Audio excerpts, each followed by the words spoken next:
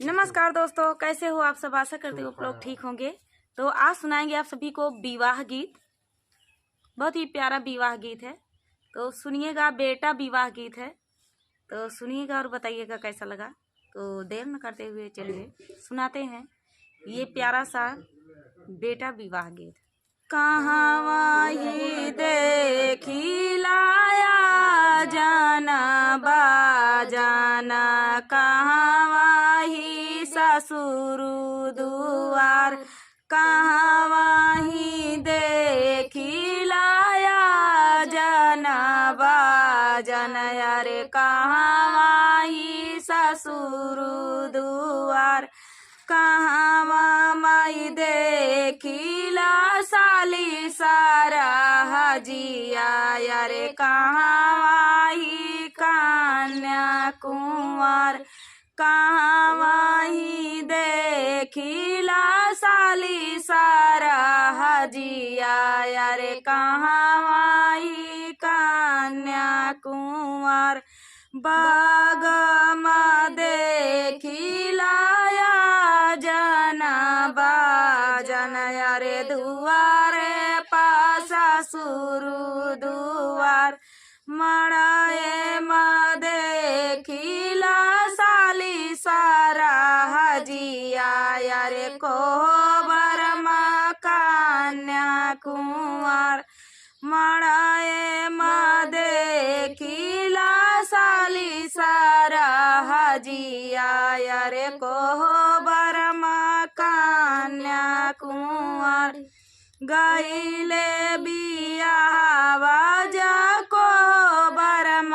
गईले, अरे पूछले सब परिवार, गईले बियावा जा कोहबर म गईले, अरे पूछे सकल परिवार, बोला ना मोरी धाना हमसे बतावा,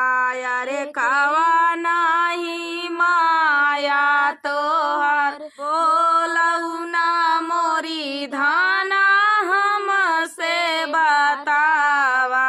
अरे कावा नहीं माया तोहर, जे करे नया खिया से निरिया बाहा तू है, अरे ओही आई माया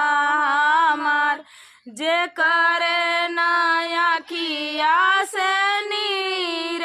बाहा तू है, अरे ओही आई माया हमार, बोला ना मोरी धाना हमसे बतावा, अरे कावा नहीं भौजी तोहर, बोलऊ ना मोरी धाना हमसे बतावा, अरे कावा नहीं भौजी तोहर, जे करे न हाथे सातरंगी बेनियावा, अरे वही आई भौजी हमार, जे करे न हाथे सातरंगी बेनियावा, अरे वही आई भौजी हमार,